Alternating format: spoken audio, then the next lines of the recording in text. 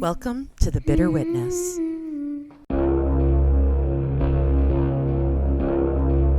Don't be scared. Hello, welcome back. I'm Rebecca, and I'm your host for The Bitter Witness. I hope you've had a good week. Well, the May 2-4 weekend has passed here in Canada, and I hope that you've all enjoyed your camping, canoeing, gardening, or whatever you did to pass the time. For those of you who aren't in Canada, we enjoy a long weekend. That is a holiday on the Monday before May 25th to celebrate Queen Victoria's birth. We love a good birthday celebration up here in our little corner of the world. I, of course, spent as much time as humanly possible in my gardens, and now my body feels like I've been run over by a train who ran me over once, then backed up, and ran me over while backing up, and then ran me over again. I didn't think this old body actually had that many muscles inside it anymore. Well, that's about it from my little corner of Ontario. Let's get the business out of the way, shall we? If you like this episode or any episode, please head on over to the Patreon page and give the show some love. For less than a tube of A535 each month, you can help me keep bringing you crime cases each week. Wait, do they still make A535, or did I just show my age again? You can also support the show on Spotify, and don't forget to give the show a 5-star review over on Apple. Apparently, it helps the show in the algorithm, something I will never understand.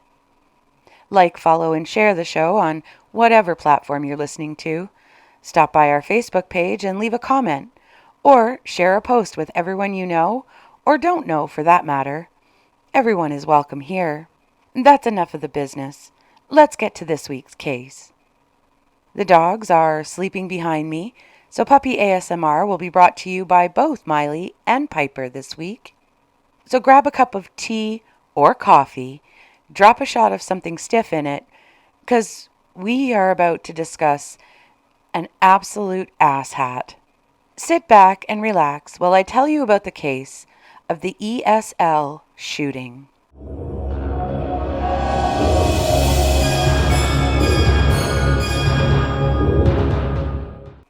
As always, I want to give the victims in the case top billing. But, as in a lot of our cases, there are multiple victims.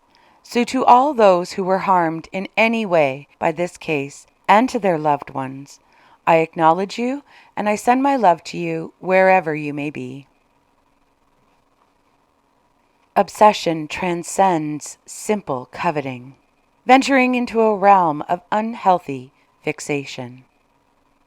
While admiring someone's success or desiring a particular object is common, obsession consumes thoughts and actions, dominating one's life in a detrimental way.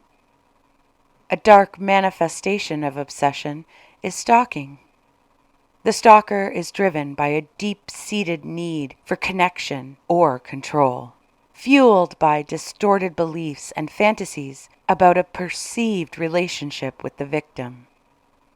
The stalker rationalizes their behavior, believing they are acting out of love or a genuine desire to help the other person, despite the reality of the fear and distress they are causing. The victim of stalking exists in a perpetual state of hypervigilance, forever looking over their shoulder.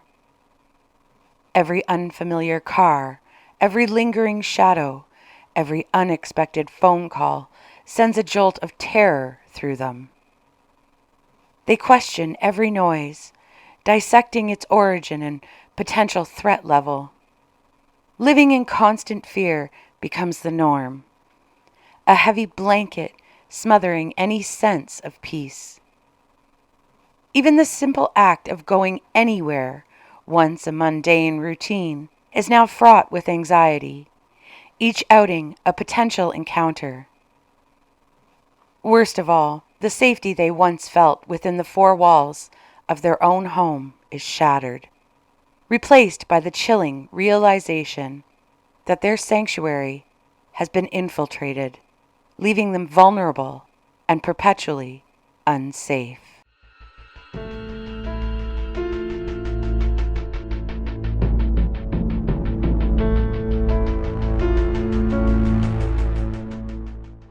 Richard Wade Farley was born on July 25th, 1948, in Texas, to, I believe, Thomas and Mina Farley. So he was a Leo. Figures. Well, that just falls in line with many of the Leos I've known. Relax. I'm not saying that all Leos are shit rats, but Virgos and Leos are not the most compatible pairing in relationships, and I'm a Virgo. So there you go. Oh, this is going to be a great episode. We're 20 seconds in and I'm already off on a tangent. Richard, or Dick, as I think we should call him for this episode, was the oldest of 6 children. His father was an Air Force mechanic, and his mother was a homemaker. According to all sources, the family loved each other very much, but there was no outward showing of that love. During the early years of Dick's life, the family moved frequently due to his father's job for the Air Force. Apparently, he was reassigned quite often. Eventually, the family would settle in the town of Petaluma, California, which is about 40 miles north of San Francisco.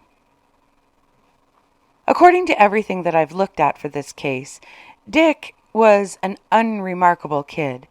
He tended to keep to himself, isolated perhaps more so than others. Some of Dick's classmates would later say that he was a wimp and had no close friends.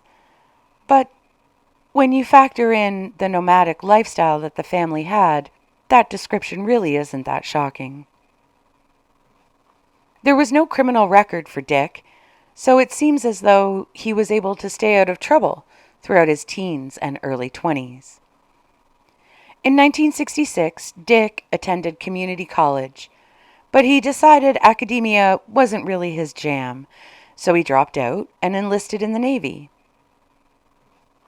There, he trained in computer technology and was awarded commendations for good conduct and marksmanship. Some of his Navy buddies would later state that while Dick was in the Navy, he was a loner, and some even said egotistical and arrogant. Uh-oh, there's that Leo coming out again. In 1977, Dick was honorably discharged from the Navy and settled in San Jose, California, where he purchased himself a bungalow. San Jose is right on the edge of Silicon Valley. If you're like me, you may be wondering, what the hell is Silicon Valley? Silicon Valley is the global center of technological innovation located in the South San Francisco Bay Area of California. The area was named after the primary material found in computer microprocessors, which I assume is silicon. Silicon Valley is home to dozens of major technology, software, and internet companies such as Facebook, Google, Apple. So there you go. It's a technology mecca, basically. Once Dick had settled in, he went to work for a company called ESL. ESL, or Electromagnetic Systems Laboratory, was founded in 1964 and primarily supplied domestic intelligence agencies like NASA and the U.S. military, even NATO, with reconnaissance systems, data communication systems, including advanced sonar and laser light scattering, phased array radar surveillance system, advanced data processing systems, and environmental systems. ESL was also heavily involved in reverse engineering and played a role in the development of stealth technology.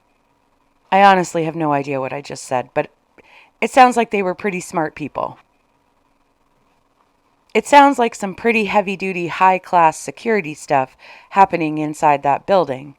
and I am sure they only hired the best of the best to work there.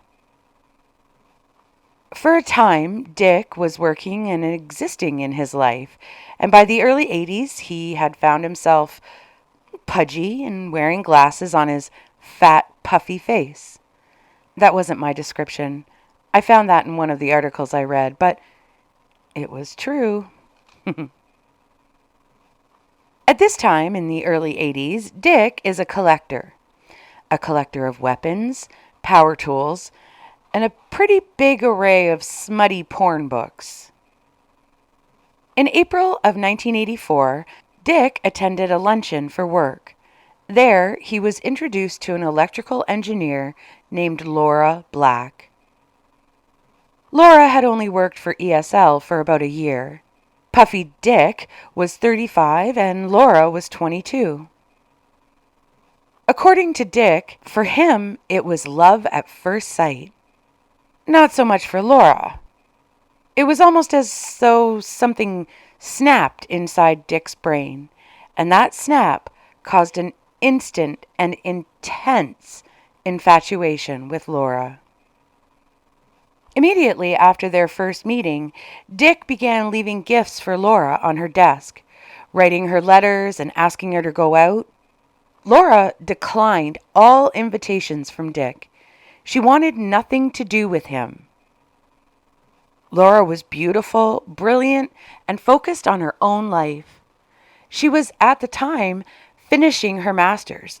And really, let's be honest here, why would a driven 22-year-old beautiful girl like Laura want to spend an iota of a second on a puffy, arrogant ass who was 13 years older than her? Now I know some women are attracted to older men, but not Laura, not in this case.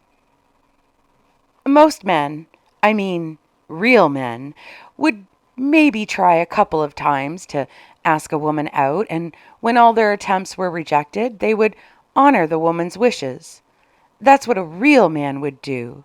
But unfortunately, we are not dealing with a real man, with Dick. We are, in fact, dealing with a shit snake. Over the next 4 years, let me repeat that, 4 years, Dick's obsession with Laura only intensified. One source I found said that over the 4-year span, Dick wrote Laura between 150 and 200 letters. That is an insane amount of letters. Now remember, there weren't cell phones back in the 80s, so writing letters was one of the main ways to communicate, other than, of course, calling them on a phone or talking to them in person. And I know that 200 doesn't seem like that many, but if you factor in how long it would take for a letter to reach Laura's mailbox, that is actually a huge amount of letters. It would be like receiving 200 to 300 text messages a day for a month. Dick would often break into Laura's office and root through her things, gathering as much personal information as he could on Laura. Laura joined a gym, only to find out that Dick had joined the same gym right after she did. And of course, every time Laura would go to the gym, Dick would be there too. Even altering her routines and going to the gym at different times of the day didn't seem to work, because Dick was always watching her, and he would show up every time she was there. Dick would drive past her house constantly, and even park outside her house in the evenings and just sit and watch her. In December of 1984, Laura went on vacation to visit her parents in Virginia, and Dick wrote several letters to her there. Laura had had enough. She had been direct and quite clear. At first, she didn't want to hurt his feelings by rebuffing the advances, but after 4 years, she was literally telling Dick to leave her alone and fuck off, and nothing seemed to work. One day, Laura had accidentally left her house keys on her desk. Dick broke into her office and made a copy of her house key. Dick never used the key to Laura's house. Instead, he left the key inside her car with a note saying, "If I want to get to you, I can get to you." That is what we call a mind fuck. Are you kidding me, Dick? I would literally pack up everything I own, burn the house down, and move right across the country. I don't know how Laura was able to put up with this for all that time. This is too much. She changed her phone numbers many, many times. She moved 3 times, but Dick always got her number and always found out where she was. Now, let's just stop for a second and take stock of where we are. Dick is obsessed with Laura, and no matter what she does, he will not stop. Nothing will stop him, short of shooting him dead. Nothing is even deterring him in the slightest. And you're probably thinking, well, why doesn't Laura just go to the police? Well, remember, we are in the early 80s here, and the term stalking didn't even exist yet. If Laura had gone to the police, they most likely would have said, "There's nothing we can do until he actually does something to you." California was the first state to enact an anti-stalking law, but that doesn't happen until 1990, after the actress Rebecca Schaeffer is stalked and murdered by Robert John Bardo. Rebecca's murder didn't happen until July 18th, 1989, which is a case I think we should do soon. In the fall of 1985, Laura was at her wit's end, and she went to the Human Resources Department at ESL. Laura told them everything that Dick had been doing to her over the past 4 years, and the HR department had a meeting with Dick. Jean Tuffley worked in ESL's Human Resources Department. Jean and Dick's supervisor, Charles Lindauer, met with Dick in October of 1985 regarding Laura's complaints. Dick agreed at this meeting to stop sending letters and gifts following Laura home, but in December 1985, he again wrote a letter to Laura threatening to visit her and her new roommate.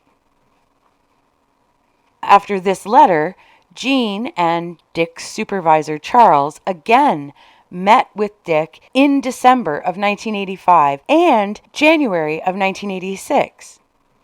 Dick received a written warning after each meeting, and at each of these meetings, Dick agreed with what they were saying and told them that he would immediately leave Laura alone. But Dick didn't even miss a beat after any of the meetings with HR. He just went right on tormenting Laura.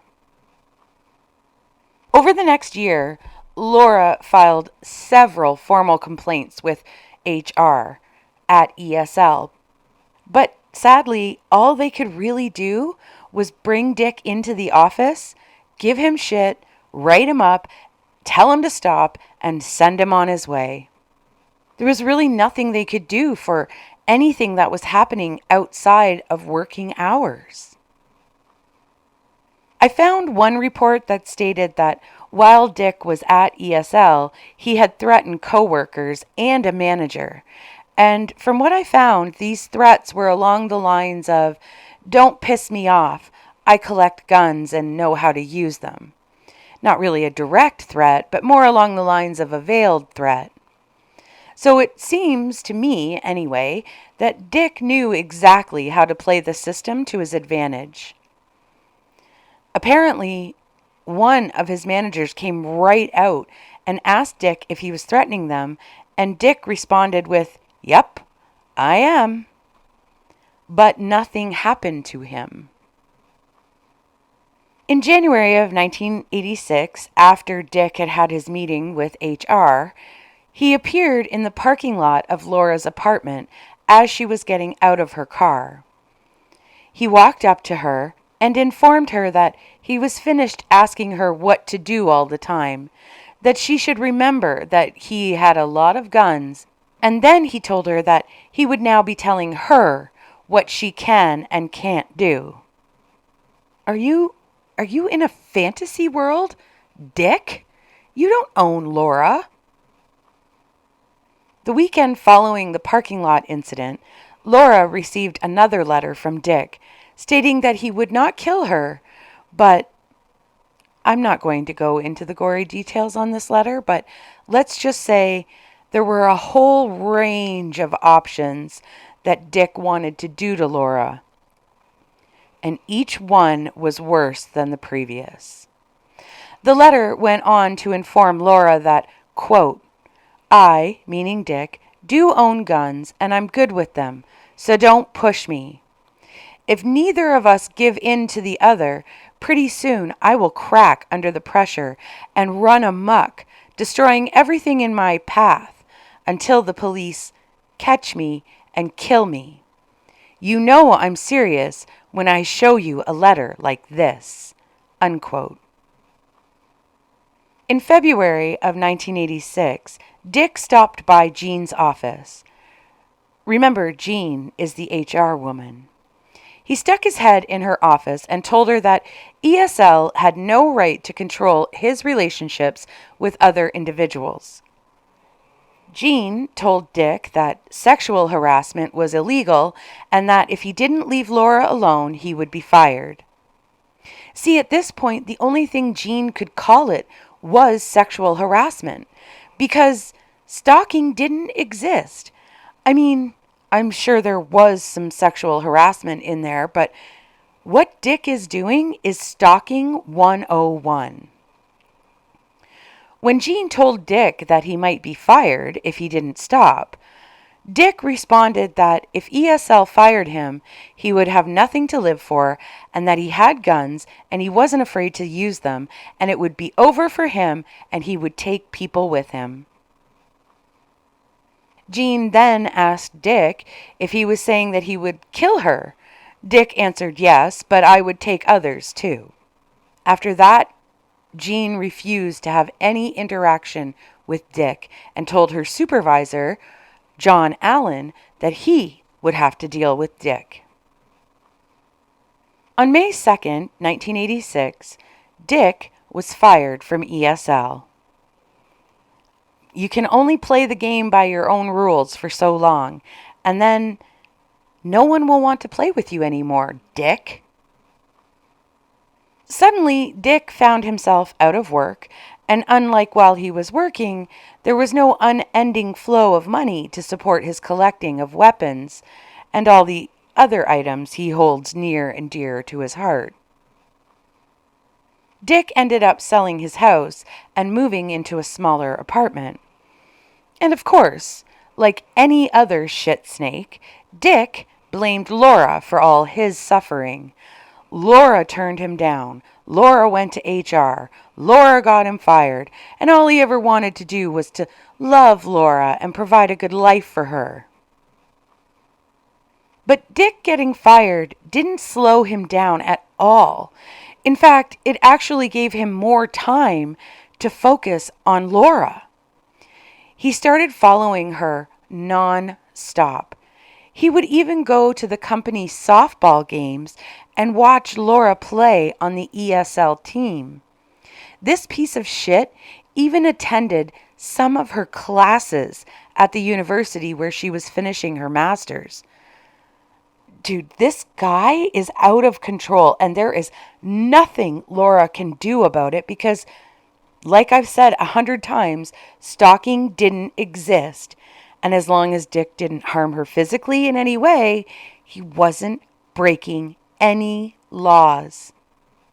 This is absolutely terrifying to read. My heart is pounding. I can only imagine how terrified Laura was living with this day in and day out. Dick also continued writing Laura letters, and after he was fired, he included how he had seen her in class, and he would describe what she was wearing and who she had talked to so that she knew he was in her class. He would also include tips for her to improve her batting stance at the softball games. In one letter, he told her that he kept track of the license plates of the cars that came to her house. He told Laura that he was doing this to make sure she was only associating with people he approved of. Apparently, when Dick was fired, he owed the IRS a bunch of money. I honestly have no idea why he owed this money. I couldn't find out a reason for it anywhere, but apparently he did. And of course, he blamed Laura for that debt, along with everything else in his life that was rotten. Eventually, after a couple of months, Dick started to rebuild his life. He started taking classes at San Jose State University, and while he was there, he met a woman by the name of Mai Chang. I really hope I said that correctly, and if I didn't, I do apologize to Mai. Not you, Dick. I don't apologize to you for fucking anything. But Mai, if I said your name wrong, I'm sorry. Dick and Mai would actually become engaged, and soon Dick would start working for a rival of ESL, One Covalent Systems Corporation, as a programmer. Covalent Systems was located not too far from ESL's offices. But even though Dick was engaged to Mai, it didn't reduce his obsession with Laura. Like, not at all. He continued right on stalking and tormenting Laura. I mean, really, why would getting a fiancé hamper your stalking of another woman in any way, shape, or form? This guy, such a dick. In early 1987, Dick sent a letter to Laura, and it read, quote, "You can't push me. Do you have any idea what I'm willing to do if I'm pushed beyond what I'm willing to accept?" Unquote. That letter right there would literally petrify me. It's a threat. Don't make any mistake. Just because he doesn't come right out and say, "I'm going to hurt you," the insinuation is in there, and you know it, I know it, and Laura knew it as well. In July of 1987, Dick sent another letter. This one said, quote, "If I have to choose between being with Mai and fighting with you, Mai will lose." Unquote. I bet Mai felt great about herself when she learned all this about Dick. I'd be really curious to know how he actually treated Mai while all this was going on. But luckily, and I say this with pure heart, there is nothing on the internet about Mai, not that I could find. If she is on there, she is buried deep, and she should stay that way. In November of 1987, Tom Birch, a friend of Dick's from ESL, spoke with Dick. Dick was upset because he owed the IRS a buttload of money, and the IRS were about to put a garnishment onto his wages. Dick told Tom that if the IRS didn't give him some breathing room and a chance to get things straightened around, he really didn't have much to live for. Dick told Tom that he was intrigued by the mass shooting that had occurred at a McDonald's restaurant on July 18th, 1984 in San Diego, which is another case we're going to cover. He then said, "I wonder what they would do or what they would think if I did something like that." Tom later would say that he didn't take Dick seriously because Dick didn't seem depressed or anything like that. He was just upset about the bill he owed to the IRS. He never thought in a million years that Dick would actually carry out a shooting rampage. In November of 1987, a letter he sent to Laura said, quote, This is going to escalate. Do you think I'm a joke? I wouldn't show my letters to anyone anymore. They might get the wrong impression and do something stupid, which would make me do something stupid, and it would spiral beyond any hope of recovery. You cost me a job, $40,000 in equity taxes that I can't pay, and a foreclosure. Yet I still like you. Why do you want to find out how far I'll go? I absolutely will not be pushed around, and I'm beginning to get tired of being nice. Unquote. I'm sorry. Exactly at what point were you nice, Dick? In one of the letters that he sent to Laura, Dick actually said, quote, you could always just end your own life. Unquote. Complete and utter shit snake. In a 1987 letter, Dick asked Laura if she thought he could make her pay attention to him. Honestly, poor Laura, I don't know how she kept it all together during all this time. And the fact that no one would or could really help her deal with this shit snake. She must be one of the strongest women on this planet. Also, in December of 1987, Dick had lunch with a couple of friends from ESL, Gerald Hurst and Lawrence Kane. Gerald, or Jerry as we're going to call him, believed that he was being forced into a corner by management at ESL. He thought that they wanted him to resign. Dick, Jerry, and Larry enjoyed a nice lunch while bitching about the management at ESL. During the conversation, Dick asked if Laura was still working at ESL, like he didn't know, and where her new office was. Larry told Dick that she was up on the second floor now and turned the conversation back to the management issues. Then Jerry asks his two friends, what is it going to take to wake up the management at ESL? Some madman to come in there to shoot the computers and shoot the place up? After asking this hypothetical question, Jerry got up to get the trio more coffee and heard Dick state, I might do it. When Jerry came back to the table with coffee, Larry asked him if the glass doors at the front of the ESL building were bulletproof. Jerry stated that he didn't think so. Dick immediately said, so a double-aught buck would take care of that glass, wouldn't it?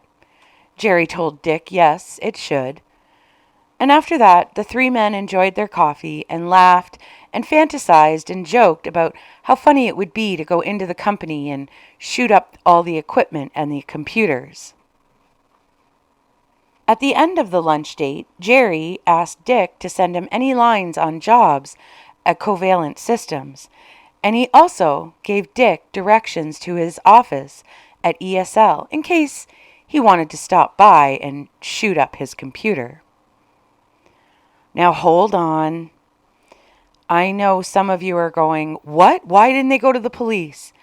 But don't tell me that none of you have fantasized about walking into your work and destroying the place with a baseball bat or kicking the shit out of the assholes that you have to work with day in and day out. You know you have done it.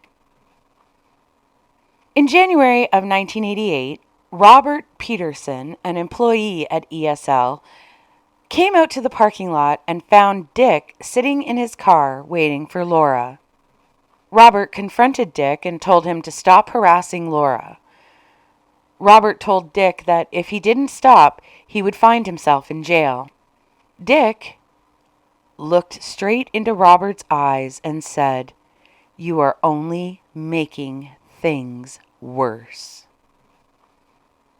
A few days later, on January 23, 1988, Laura received another letter from Dick telling her about Robert confronting him in the parking lot. The letter stated, quote, "You'd better tell him to mind his own business. He doesn't have any idea what he's getting into. You'd better tell him. I'd better never see any police around me." Unquote. That was it for Laura. She was done. And so, on February 2nd, 1988, Laura and her lawyer went to the court and obtained a temporary restraining order against Dick. A hearing was scheduled for February 17th to make the restraining order a permanent one. On February 9th, just 7 days later, Dick walked into Laura's lawyer's office and delivered a letter addressed to the lawyer, Mary Bird.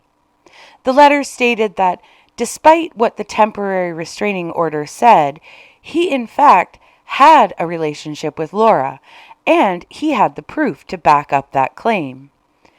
Dick stated in the letter that he had photographs of he and Laura out on dates, a garage door opener to Laura's house, and hotel and credit card receipts of when the two of them had little getaways together. Mary Bird instructed Dick to bring all these items to court on February 17th for the hearing. Just 2 days later, on February 11th, Dick went into Big Horn Sporting Goods store and purchased a semi-automatic shotgun and ammunition.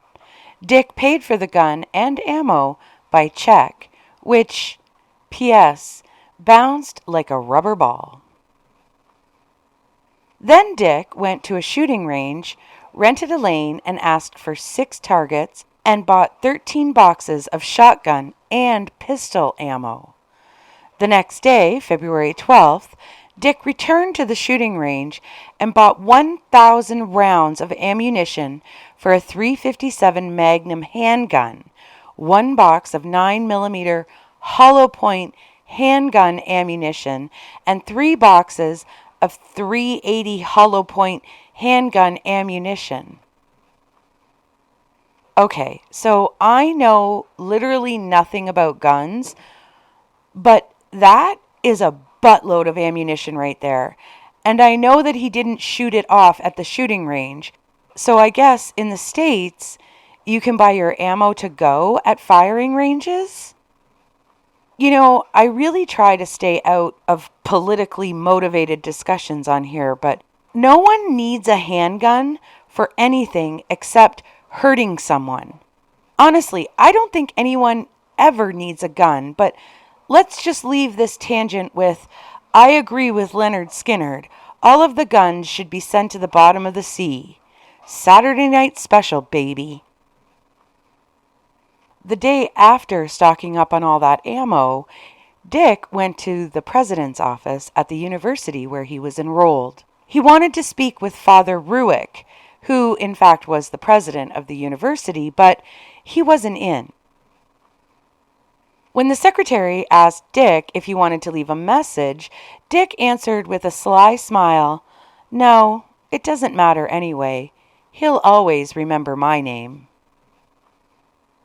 The same day, February 12th, Dick went to a car rental business and asked about renting a motorhome. He left the rental agency and then returned a few hours later and filled out some of the forms to rent a motorhome. He then drove to his work and told the personnel supervisor that he needed to change the beneficiary on both of his life insurance policies from Laura to Mai immediately, and that it had to be done that day. So Dick had Laura as a beneficiary for his life insurance policies while he was engaged to Mai? Shit snake. On February 14th, Dick and a friend, one Jerome Karcher, I'm not sure how to say that, moved most of Dick's personal things into a storage locker that Dick had rented in Mai's name. Jerome stated that while they were moving all this stuff, Dick was really happy and upbeat, more so than he had been in a long while. On February 15th, Dick went back to the shooting range and tried to purchase some .22 ammo, but The range was out of stock. Dick then went to class at the university where he told his professor that he was heading out on a trip to Southern California and wouldn't be in class on the 17th.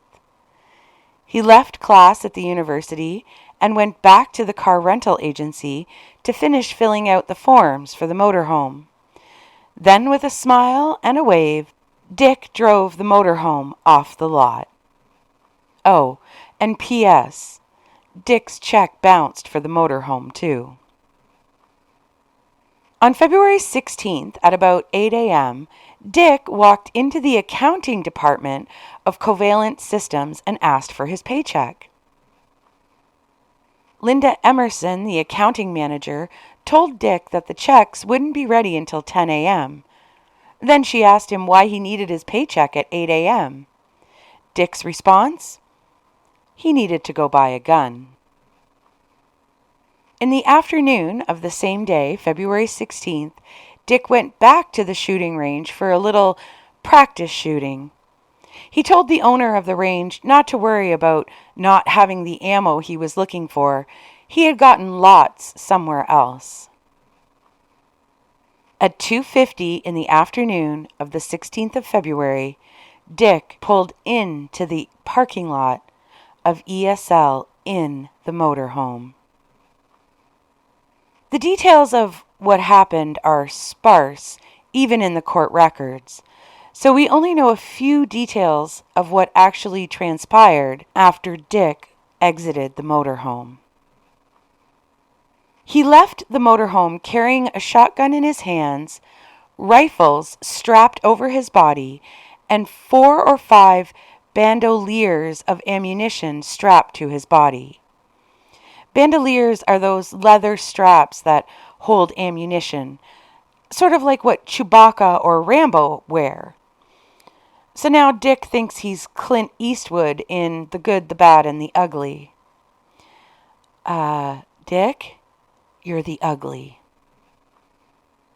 Larry Kane, Dick's friend who had had coffee with him just a few days before, was in the parking lot and most likely was stunned to see his buddy Dick wearing what he was wearing and walking towards the building. Dick shot and killed Larry just outside the door. Dick then turned and took aim at Randall Hemingway.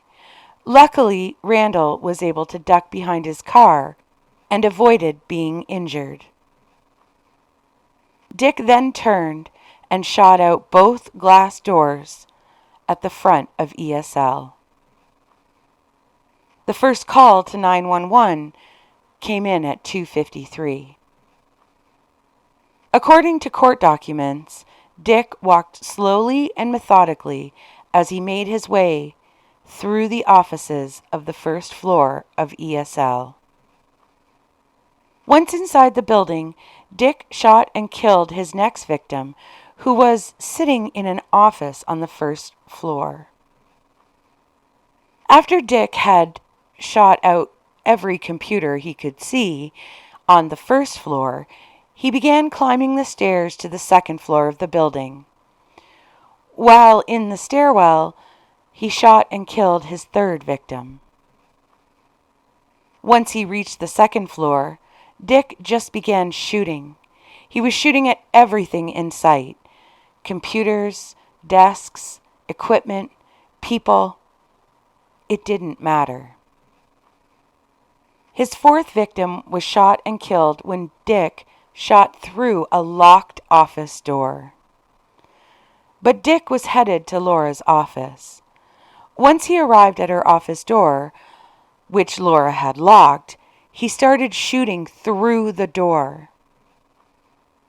The first shot missed Laura, but the second shot hit Laura in the shoulder and collapsed her lung.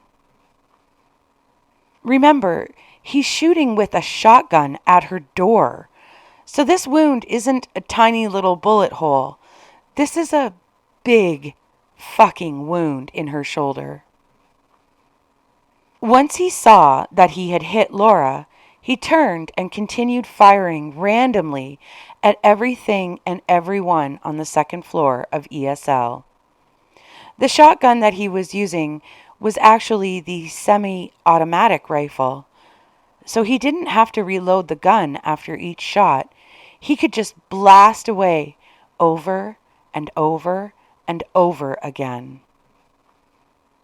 Reports that I found differ on the length of the shooting, but it seems as though Dick's rampage lasted about 30 or 40 minutes, which means that Dick was able to get off hundreds of rounds of ammunition.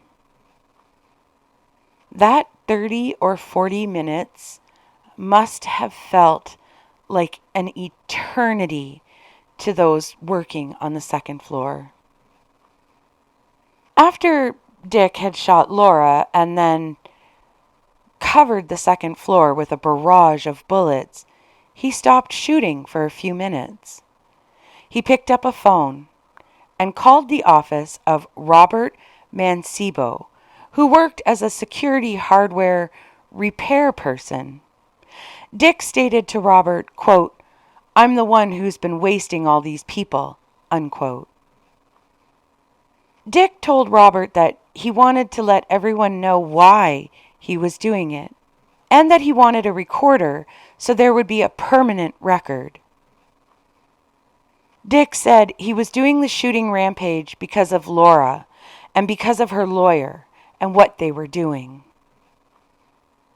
Robert then asked Dick if he was going to kill anyone else in the building, to which Dick answered, "No, I'm just shooting up equipment." With that, Dick hung up on Robert and placed a second call. This time, he called the security offices of ESL and told whoever answered that he wanted to speak with the police. But there were no police officers in the security room at that moment. Dick then phoned Robert back, but after a few minutes of chit-chat back and forth between the two, Robert didn't know what else to say to Dick to keep stalling him. So he passed the phone over to a security officer, Devin Matlock. Best name ever. Dick told Matlock that he had warned Laura that he would do something like this if she tried to get a restraining order against him. Dick also told Devin that he had a high-powered rifle and that everyone should stay at least 300 yards from the building, which is a little ironic because the temporary restraining order stated that Dick had to stay 300 yards away from Laura. Next, Dick called John Kitching, who was a facilities engineering manager at ESL. When John picked up the phone, all Dick said was, quote, "Tell Mai Chang I'm sorry. I just got Laura. I've got plenty of ammunition. It will all be over at 5 o'clock, unquote. At about 3:30, police finally made contact with Dick. He told them that he had shot 3 or 4 people, but he didn't know how many were actually dead. Dick told the police that Laura had gone too far and that he did the rampage to make a point. Laura had belittled him.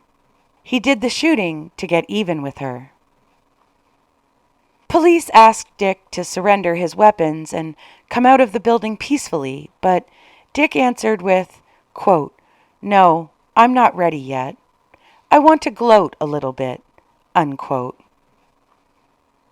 Later, survivors of the rampage would testify that throughout the shooting, Dick was calm, cool, and collected, and at no point was he hysterical or seemed to be in a delusional state of any kind. He was literally killing these innocent people in cold blood for no reason, because he was never with Laura. They were never a couple. He was in some perceived relationship with Laura, but not a real one in the real world. I hate this guy. Over the next several hours, many short phone calls would occur between Dick and the negotiators. Dick would cut the calls off after a short amount of time because he didn't want the police to trace the calls. And there is the attempt at, or the beginning of, an insanity defense, ladies and gentlemen. Trace the calls? I can't even. During the calls, Dick told negotiators that if Laura had just gone out with him even once, none of this would have happened. Oh, don't even try and blame Laura because you're a fucking delusional shit snake, Dick. At one point, Dick stated to the negotiator that, in fact, he was not crazy and that he knew what he had done, but he had to do it. He had to make a point. This asshat is not crazy or delusional. I actually think he is an idiot, like an actual drooling, nose-picking moron. Then he told the negotiator that he almost changed his mind when he arrived in the parking lot, but that it had to be done, and he didn't want Laura to think he was a wimp. After a few hours of negotiations, Dick allowed the police to enter the first floor of the building and remove any injured people. He also let a few people leave from the second floor during that time, but only a couple of people. Eventually, after a 5-hour standoff, Dick agreed to surrender, but only if he could get a sandwich and a pop. Police promised to get him some food and drink, but he had to come out and give up first. Dick agreed and walked out of the ESL building and was swiftly taken into custody. Once inside, police found the following items that Dick had brought with him and used in the rampage. Now, I don't know guns, so I may say this wrong. A Benelli Riot configuration semi-automatic shotgun, a rifle with a scope, a pump-action shotgun, a Sentinel revolver, a Smith & Wesson 357 Magnum revolver, a Browning semi-automatic pistol, a Smith & Wesson pistol, a smoke bomb, a leather glove, a belt with pouches filled with ammunition, other bags containing more than 200 rounds of ammunition, a vest containing more than 800 rounds of ammunition, wooden matches, a foot-long buck knife and shear, and ear protectors. Holy shit! That's 1,000 rounds of ammunition inside that building. And that doesn't include any of the ammunition that he already shot off. When police searched the motorhome that Dick had rented, they found 4 gallons of gasoline, a loaded semi-automatic pistol, and more than 2,000 rounds of ammunition. Can you imagine if he could have murdered everyone inside that building?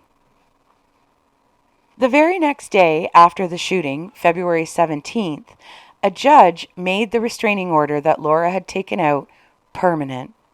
The judge in the hearing had tears as she handed down her ruling and said, quote, "This was a conscience-raising incident. It shows that pieces of paper do not stop bullets," unquote. When police searched Dick's home, they found a Mossberg 12-gauge shotgun barrel, a Ruger 22 caliber carbine, a gun clip, a gas mask, ammunition and empty boxes of ammunition, a reloading press, 3 cans of gunpowder, and gun cleaning equipment. Various documents, including the restraining order and the motorhome rental agreement, both were on the dining room table. Dick's new will was in plain view on top of a computer terminal. So not only did he plan and stockpile for this rampage, but he had everything sitting out, waiting for the police to come into his house. Like I said, an actual drooling, nose-picking shit snake. At the end of the rampage, there were 7 people dead and 4 people wounded. The following people were killed during the rampage. Lawrence Kane, 46. Wayne Williams Jr., 23. Ronald Doney, 36. Joseph Lawrence Silva, 43. Glenda Moritz, 27. Ronald Reed, 26. Helen Lamparter, 49. The following people were injured during the rampage. Laura Black, who was shot in the shoulder and suffered a collapsed lung. Gregory Scott, who was shot in the forehead. Richard Townsley, who was shot in the chest 3 times. Patty Marcotte, who fell while she was fleeing from the building and broke her arm. In March of 1988, Dick wrote to Laura from jail. The letter stated, quote, "When I go to the gas chamber, I'll smile for the cameras, and you'll know that you'll have won in the end." Unquote. I can't believe that this letter was even allowed to go out of the jail. Like, he just cannot stop. Jesus. In April of 1988, he wrote to the Chrysler Credit Corporation, quote, "I'm in jail and will no longer be able to make payments. I would like the previous bank to know its harassing letters and failure to allow me to purchase the car were contributing factors to the death of 7 innocent people." Unquote. It was signed, Rich Farley, Mass Murderer. I have no clue what car he's talking about in this letter to Chrysler, but I do know one thing, Dick. No one is to blame for any of these senseless deaths and injuries except you. According to some of the reports I've read, Laura's shoulder wound was so big and bleeding so intensely that she was literally bleeding out. And this kick-ass woman was somehow able to grab hold of the artery inside her shoulder and apply pressure until the authorities were able to get her out of the building. Laura, my God, the pain you must have felt. That takes some cojones, my girl. You are an absolute star, Laura. During the trial, Dick pled not guilty. His argument for this was that he had not intended to kill or harm anyone inside of ESL, only that he wanted to get Laura's attention and get her to drop the restraining order. And if she didn't want him or wouldn't drop the restraining order, he was planning on committing suicide. You smell that? That's an enormous pile of Dick bullshit right there. No one shows up with that many guns, that much ammo, enough gasoline to burn a building to the ground, and dresses like Rambo covered in bullets just to commit suicide. I don't care who you are. Then Dick's defense lawyer tried to tell the court, okay, we all need to take a collective breath before I read you this next part. In, cleansing breath, and out. Ready? Hold on to something. Dick's defense lawyer tried to tell the court that Dick's judgment was clouded by his obsession with Laura, and because of that, he should not be held accountable because he was not able to do anything else and could not stop himself from carrying out the rampage. And now that the rampage was over, he would most likely never kill anyone again. Fuck right off. Fuck all the way off, and then, Mr. Defense Lawyer, you can go fuck off again. Are you kidding me? Well, he killed 7 people who literally did nothing to him and seriously wounded 4 others who again did nothing to him, and we should just let him go because he most likely won't ever do it again. I just can't with this shit snake. This asshat is a psychopath, not psychotic, and there is a difference. Psychotic means that someone is in a mental state where they have lost touch with reality. They're usually experiencing hallucinations and delusions. The majority of the time, a person will come out of this state and return to normal. But that wasn't what was happening with Dick inside that building. He hadn't lost touch with reality. He knew exactly what he was doing. He made phone calls. When someone is psychopathic, it means that they have a personality disorder, which is characterized by a lack of empathy, remorse, and socially inappropriate behavior. I'll tell you what, I don't know how that defense lawyer can sleep at night. Listen, I get it. When you're a defense lawyer, you have to give your client the best possible defense you can. And yes, this guy probably got the short straw in the free lawyer pool and ended up with shit snake Dick as a client. But let's have some accountability here, people. Luckily, the jury didn't buy any of this horse shit and found Dick guilty. On November 1st, the 8 women and 4-man jury recommended that Dick be sentenced to the death penalty. The judge agreed, and Dick was sent to death row at San Quentin Prison. Currently, Dick is 76 years old and still on death row. Over the past few years, Santa Clara County District Attorney Jeff Rosen, who was elected into office in 2010, has been on a quest of sorts to have all death row sentences within his county commuted to life in prison. In 2020, Rosen announced that his office would no longer seek the death penalty in any case moving forward. When he started this quest, there were 17 inmates in his county on death row. 4 of those death row inmates refused to participate in his actions to have their sentences commuted to life. The remaining 13 agreed because they wanted their death sentences to be commuted to life without parole.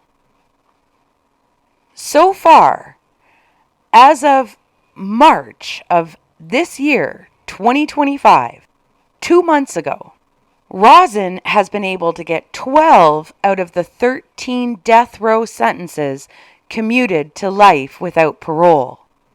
But there was one left to deal with, and that was Dick's. As I said, in March of this year, Dick's hearing came up to commute the death sentence to life without parole. Richard Townsley, the man who was shot in the chest 3 times, stated the following during the hearing. Quote, "How is it in the best interest of justice to reduce this mass murderer's sentence? No one should have to go through what we did, and it's not right that Farley should live the rest of his life without the death penalty hanging over his head." Unquote. Superior Court Justice Benjamin Williams stated the following when handing down his judgment. Quote, "There is no reason for this court to believe that Mr. Farley is any less dangerous today or has rehabilitated himself. Mr. Farley has not had any serious disciplinary infractions on his prison record, but has also failed to undergo extensive behavioral rehabilitation. He has not demonstrated that he has learned anything in the past 37 years. Nothing suggests he is remorseful." Unquote. Judge Williams refused to commute Dick's sentence, and so Dick returned to San Quentin and returned to death row, which, in my own humble opinion, is exactly where he belongs. And that, my friends, is the case of the ESL shooting.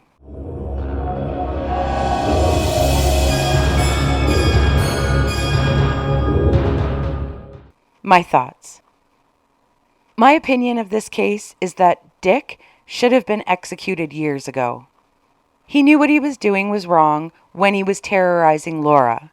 He knew that there were no laws that could stop him because none existed. He planned, stockpiled, and carried out this shooting rampage, fully aware of the harm that he was causing. He has shown no remorse in the 37 years since the shooting, and he has had 37 years of sitting alone in a cell to ponder what he did. He took 7 innocent lives, 7 co-workers' lives, 7 members of someone's family's lives. For what? Because a girl wouldn't go out on a date with him? A real man would have walked away when Laura said no. A real man would have had enough respect for women to accept the rejection and move on with their life. But not this shit snake. He had to literally terrify and torment Laura for years. And when that wasn't working the way he wanted it to, he murdered 7 people and injured 4 in literal cold blood. Personally, after looking at this case, I don't think he ever had the intention of killing Laura. I think he wanted her to live so he could place the blame for the rampage on her.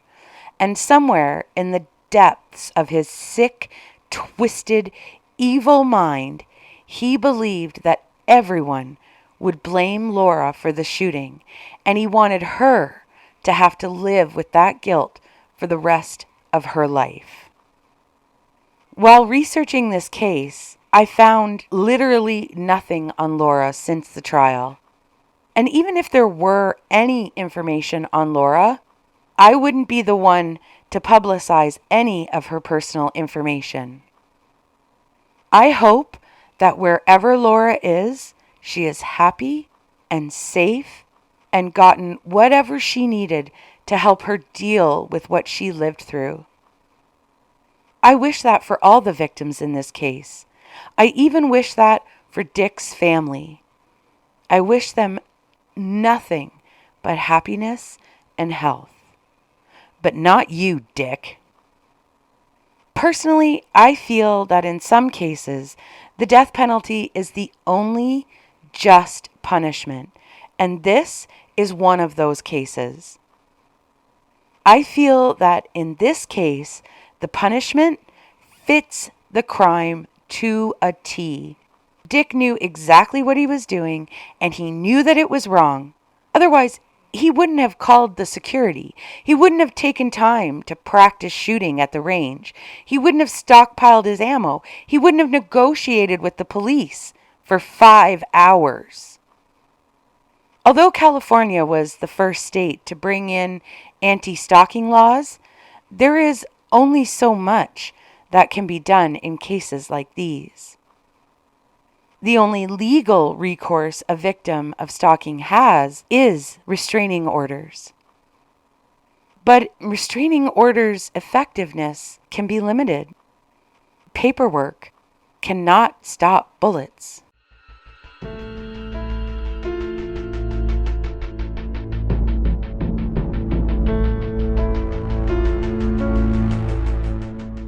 This case just pissed me off. Stalking cases are horrible, mostly because in many cases the victims are blamed in the beginning and they have to go through hell to prove what is actually happening to them. It's awful. And this shit snake was just evil, through and through evil. He shot his own friend in the parking lot. Just shot him. And with that, I think we'll leave it there for this week. Stay safe, get your pap test done, and enjoy your day today. This has been a Bitter Witness production.